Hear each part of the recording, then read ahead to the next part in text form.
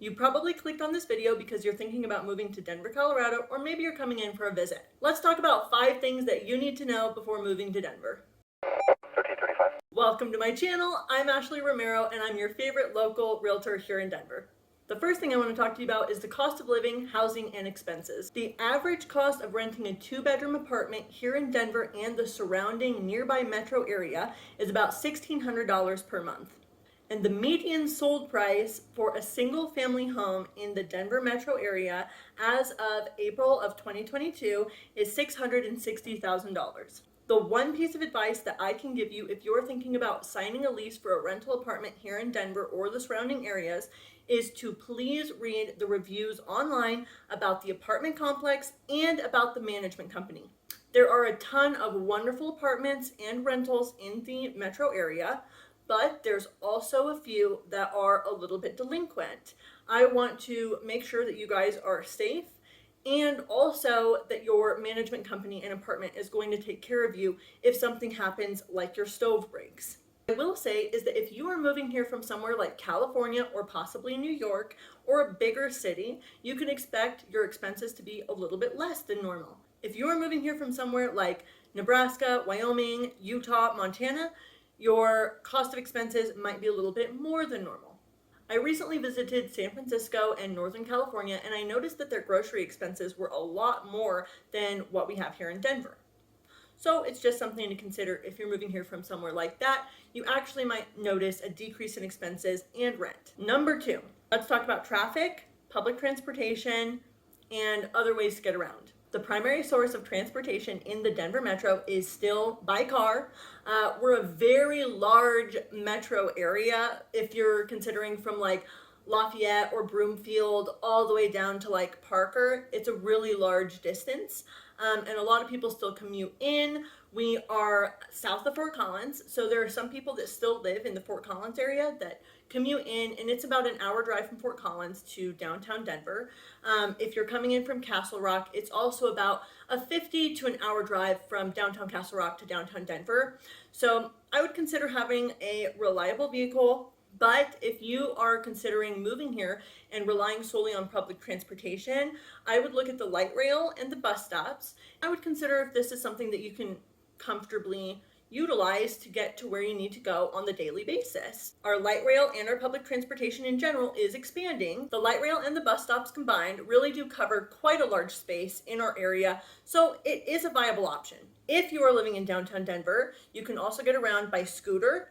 There are these little electric scooters. You just have to have a phone app and you pay per ride, and you can just scan your phone on the scooter and off you go. They go like up to 10 miles an hour or something like that. It's pretty cost effective if you're downtown and you need to get somewhere pretty quick. If you're thinking about using an Uber, it is fairly cost effective if you're going a short distance, but if you're going from downtown Denver to the airport or from Lakewood to the airport, it can be very costly, $50 to $100 for a one-way ride. Number 3, let's talk about weather, road conditions, sunshine, snow, and elevation. Denver's elevation is 5,280 feet above sea level, and it gets much higher if you go west towards the mountains. So if you're coming in from a state that has a lower elevation, I would recommend that you drink a ton of water while you're here or in the first few weeks that you are moving here. The weather year-round in the Denver metro area is very nice. We have more sunshine than Florida. We like to say that we have 300 days of sunshine per year here in Denver, but we actually have about 245 days of sunshine per year, which is about 40 days above the national average. As far as snow and winter storms, we do get some really serious winter storms come through. We get a lot of snow depending on the day, but what we really notice is that once it snows, it immediately melts off, or if we get a lot of snow, it melts off fairly quickly. But you will need to be prepared for the snow because it does happen. You're going to need a snow shovel unless you live in an HOA or an apartment that shovels the snow for you. You're going to need ice melt for your sidewalks. You're going to need a snow scraper for your car. If you own your own car, it's best to have a 4-wheel drive car or an all-wheel drive car.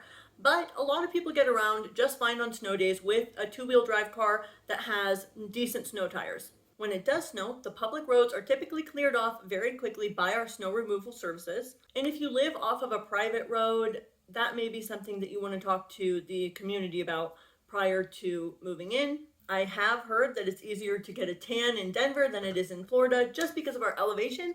So if you are somebody who needs to use sunscreen, definitely stock up. If you have a car, I would recommend keeping a winter kit in your car from September to May, late May. It should consist of a snow scraper, an extra pair of socks, some gloves. If you have an extra pair of snow boots, throw them in there, a jacket or a coat, a beanie, some water, and a blanket. You can also buy from local shops a de-icer for your windshield, and you spray it on and the ice melts off pretty quickly.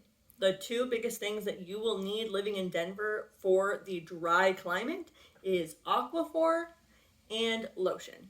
Personally, I put Aquaphor all over my face if I need to, or my hands whenever it gets dry. I use it as a chapstick every single day. Number 4, let's talk about things to do in the Denver metro area. Some of the top outdoor activities are hiking, paddleboarding, skiing, snowboarding, snowshoeing, mountain biking, street biking, and fishing.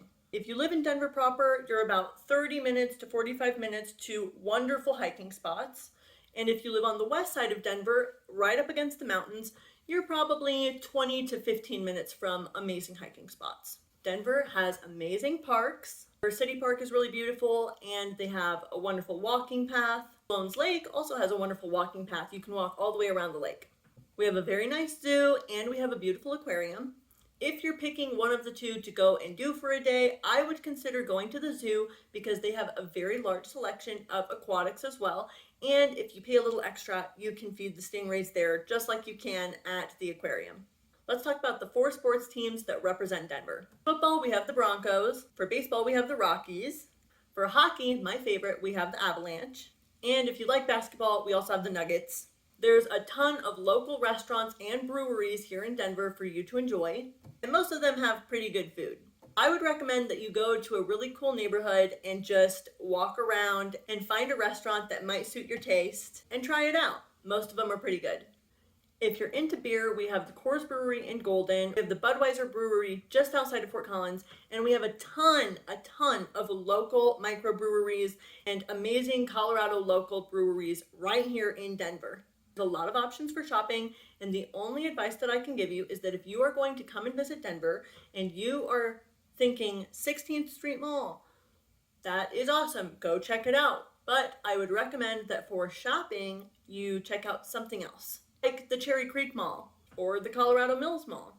Number 5, let's just talk about some of the neighborhoods in the Denver metro area and some of the awesome places that you can go for a weekend getaway within 30 minutes to an hour and a half outside of Denver. Cherry Creek is a very nice neighborhood here in Denver. It's located in the southeast corner and it's a little bit bougie. River North Art District is one of my favorites. It's just directly northwest above Denver proper. There's a ton of really cool street art there and amazing restaurants and shops.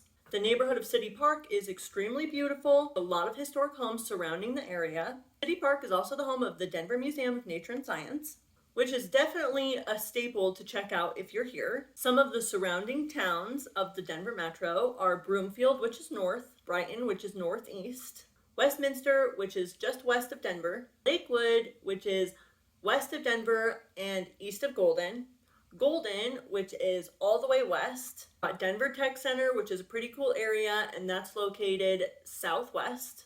And you've got Parker, which is all the way south. There's a lot more little towns surrounding Denver than that, but those are just to name a few. Okay, really awesome weekend getaway spots. That is something that we are totally blessed with. We've got Estes Park, which is an hour and a half northwest, home of the Stanley Hotel. Glenwood Springs is about 3 hours from Denver, and they have a ton of beautiful hot springs. Grand Lake and Granby are about 2 hours from Denver, and the lake is beautiful.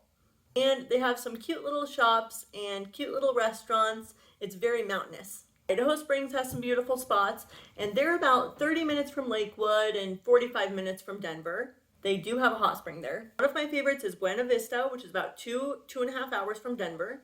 They have an amazing hot spring there called Cottonwood Inn and Hot Spring. Breckenridge is pretty close, and it's definitely worth checking out. Colorado Springs is about an hour and a half to 2 hours from Denver, and they have Manitou Springs and the Garden of the Gods. On a final note, I just want to let you know that we are dog people, so please bring your dogs and let me know so that I can come and pet them. If you're walking around in Denver with your cute dog, please just know that everyone will swoon at them and they will be the star of the show. Thank you so much for watching my video. Please let me know in the comments if this was helpful information and if you're planning your move to Colorado.